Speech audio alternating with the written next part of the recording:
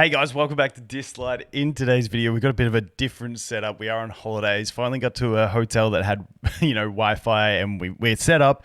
So, we're not going to have a heap of videos over this next sort of 5 to 10 days, but we will get a couple out. But we do have patch notes for Dislyte, which is awesome. Really nice update. I like what they're doing. There's a lot of stuff in here. What I'm going to do is I've got the notes on the screen, which are like my key takeaways from the notes, which I'll go through those and have a bit of a chat about them. There's some key things like the divine sequencer. You want to stop leveling up fodder units and stuff like that. We'll talk about that. And then I'm just going to go through the abilities for the new characters and also the balancing changes for the characters. Because I think they're the ones that are most important. Also, you can read these notes in game, but like I said, I just thought I'd cherry pick the main things that I thought were important out of the patch notes to summarize this as quickly as possible, because they do get quite extensive. So first off, we've got the new Wind 5-star Geb and the 4-star Inferno Stewart. Like I said, we'll go through those abilities in a sec. And then we've got features. Divine Sequencer. So this one is... It's a feature where you can basically sell units, but they have to be level 1 and unupgraded to be able to sell them, and you can get some points, which you can buy stuff from the shop. They lean into shimmer records. Now, for the moment, I would suggest you stop leveling. So if you get a character to max resonance and you have extra copies of them, that's what the idea is. You're going to be able to sell those. But at this stage, I would just stop leveling them, hold them, and see what happens. But I do think, I'm not too sure whether this is intended to be a feature for everyone or a feature for whales. Because what happens is if you start dismantling these units to get, I don't know how many shimmer records you're going to get. I don't think they're going to shower you in them. But if you're doing that as a free-to-play player, you then run out of fodder units to, keep making 6 stars. So I'm not sure whether, like I said, I'm not sure if this is going to be a feature that everyone is going to optimally use or whether it's going to be more for whales. So at the moment, I would hold out on leveling units that are extra copies of things you have max resonance. I just hold out, wait and see. I will let you guys know once the feature drops exactly how it is. And then we have the charity show event. That is going to be the event tied into the new hero. Similar to the Ollie one, it sounds a bit different. I'm not going to go too deep into it. It's just, it's hard to figure out exactly what the event's going to be. We're better off just wait till it's in the game, and then I'll give you guys a look. Next up is the Geb banner. They've put it to a 450 hard pity. So if at 449 summons you don't have Geb at the 450th, you are guaranteed to get it. So curious to see what you guys think. Like I said, I've been on holidays. I haven't been around the social medias much. I haven't been checking much stuff out. So I haven't even been in Discord to see this. Sort of got into this hotel room and set up, and now we're recording. So let me know what you guys think about that. I think it's a step in the right direction. I think because in the Ollie banner, once you get to 450, you're... Like at 449, you still only have a 15% chance to get Ollie. In this one, you still have that 10% chance when you get a legendary that it is. So you get that boosted chance, but then it's just 450, boom, you get it. I think that's better than what it was. However, it's still, I definitely think people are not going to be quite happy with it. We'll have to wait and see. Me personally, I made my video where I explained that I've never cared about pities in games. I just care about it when, it affects the community and stuff like that. So I'm keen to see what you guys think. I think it's a step in the right direction. Free to play, like I still stand by the fact that I don't think free to play should be able to reach every pity in the game. But having said that, I think on my free to play account, I'm 30 days in. I'm at 200 summons total, I think, something like that. But I don't use gems for summons. Keep that in mind. I never use gems for summons, so I'm a bit different to some people. Next up, but yeah, let me know what you think about the banner being a 450 hard pity.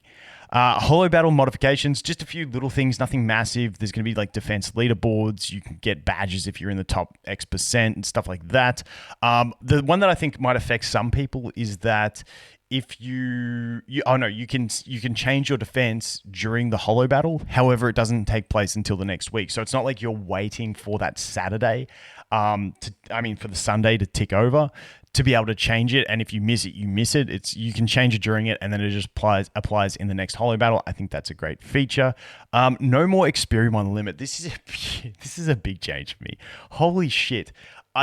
When I'm trying to feed something 200 or 300 Experiment, I don't want to do it 5 at a time. That's what they're fixing. You can just stack them now. They're doing other changes to like the star ratings of the different Experiment, little things, but basically it's going to be a lot easier to feed Experiment now, which is something that 100% was needed.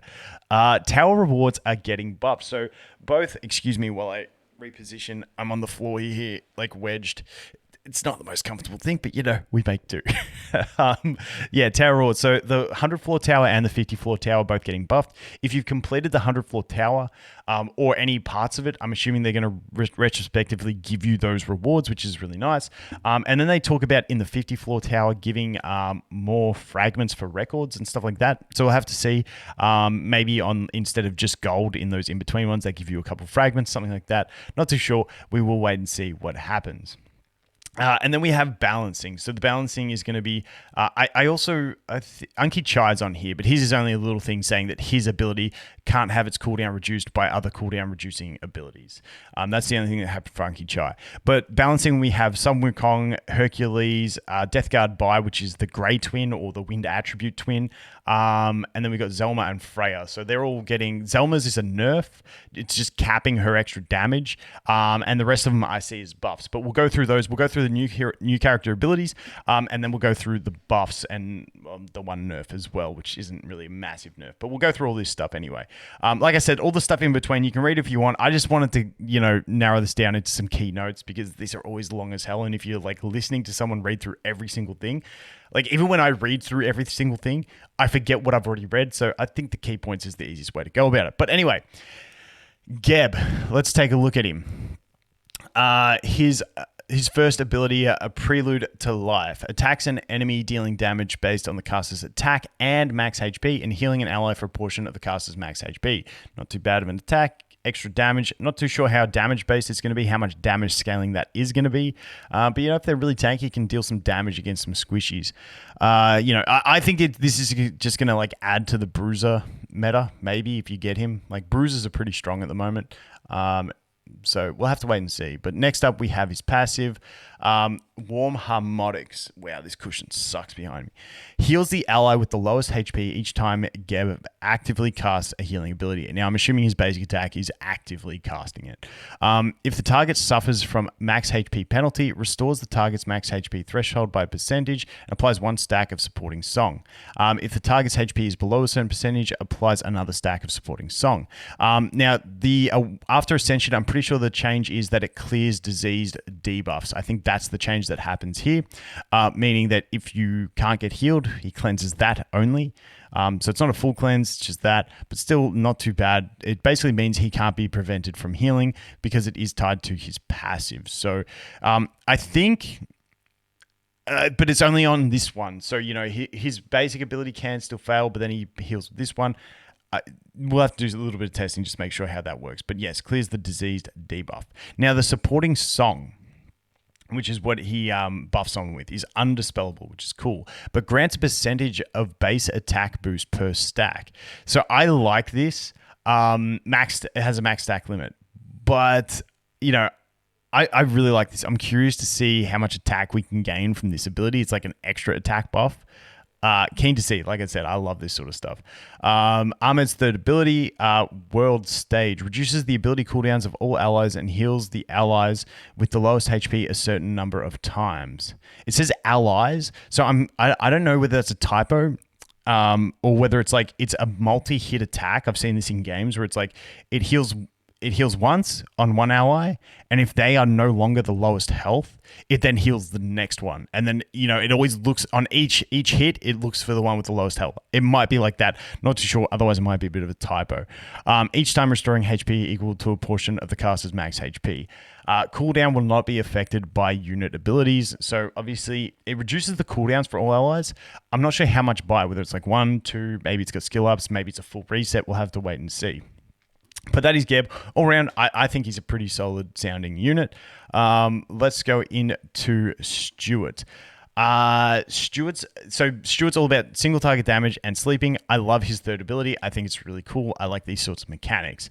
But his first ability, Down Your Cubs, deals damage to an enemy with a chance of inflicting sleep. His second ability, Soundly Dreams, deals damage to an enemy if the target's HP falls below a certain percentage after the attack, inflicts sleep on them. Cool beans.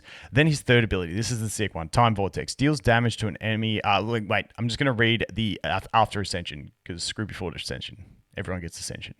Deals damage to an enemy at the cost of the caster's current HP. When landing a critical hit, it deals additional damage to the target based on their max HP. Cannot exceed a certain percentage of his attack. This attack inflicts sleep on both the caster and the target. Uses Soundly Dreams, which is skill 2, to counterattack if the caster is woken from sleep.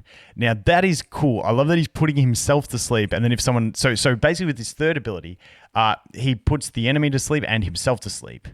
And then another enemy attacks him, which wakes him up, and then he's going to counterattack with his second ability, and if they fall below a certain percentage health, he's going to put them to sleep. I find that really cool. I don't think you're going to be able to cleanse him to proc the attack. I think it has to be someone attacks him to wake him up to proc it, but if you can cleanse, so he puts himself to sleep, then they avoid him, and then he gets woken up by himself or by a cleanse, I think that would be sick, but I don't think that's the way it's going to work. Anyway, moving on from that, let's go into the balancing changes. If we can find it, here we go. So Wukong, basically, I'll try and go through this fairly quickly. On the basic attack, the secondary targets hit take 80% instead of 50% damage. Ability 2 is now getting, with each enhancement absorbed, amplifies the attack damage by 10%. So it's an addition there. So just a buff, just straight numbers buff to Wukong, which is not bad because Wukong isn't horrible at all. It's just, everyone takes Li Ling because he's a little bit better in the early game, but I think Wukong definitely not bad. Hercules. So I've got a Hercules. I'm keen to test this. Hercules has the passive ability where he can stop enemies from being revived, which is pretty strong in itself. So basically this one here is that on his basic attack, he's going to gain a shield equal to 50% of the ability's damage for 2 turns. So not too bad. Sword Avatar becomes better, all that sort of stuff. Ability 3 is getting a huge buff. I'm going to read old and new so you can get it in case you didn't know it, because here's a 4-star shimmer. Dispels all debuffs from one enemy, dealing damage equal to 270% of attack, suffers 30% true damage without being killed. After Ascension, he gains attack up and crit up for 3 turns if the caster defeats an enemy. So, it's not what you want, because this ability always annoyed me, because you got this big nuking ability, and if you kill someone you gain this, but I'm like, I want this before. So now they've actually done that. So the big thing with this ability is now you gain attack and crit rate for 2 turns before the attack, which is huge. Now it's only 2 turns instead of 3, but that's all he needs. Dispels 1 debuff from an enemy, deals damage equal to 270% of attack, and suffers 30% true damage without being killed. After Ascension, reduces the ability's cooldown by 1 turn when an enemy has not been defeated. So at least you get that failsafe. But the big thing in this one is now he gains himself attack up and crit rate up for 2 turns before the attack. This makes him a beast in Hollow Battle against revive teams. Revive teams, normally you bring a reviver to, compensate for having a squishy damage dealer that's going to do all your damage. And normally the reviver is just going to bring them back, so it's all good. But now he's just like, no, I'm just going to give myself attack and crit rate. And with that, even without defense break, he should be able to just nuke and one-shot an enemy unit. And then it's just GG from there if they are in a core revive team. Now, if they're in a bruiser revive team, all that sort of stuff, it's a different story. But, I feel like he does have his place in that sense. Next up, we have Death Guard Buy, which is the Grey Twin or the Wind Attribute Twin. We're getting an increase from 40 to 75% chance on the basic ability of reducing the enemy's AP, and it goes from 10 to 20. Then we have Ability 3, which used to do speed up and then attack 2 times, each stealing 10% of the target's AP.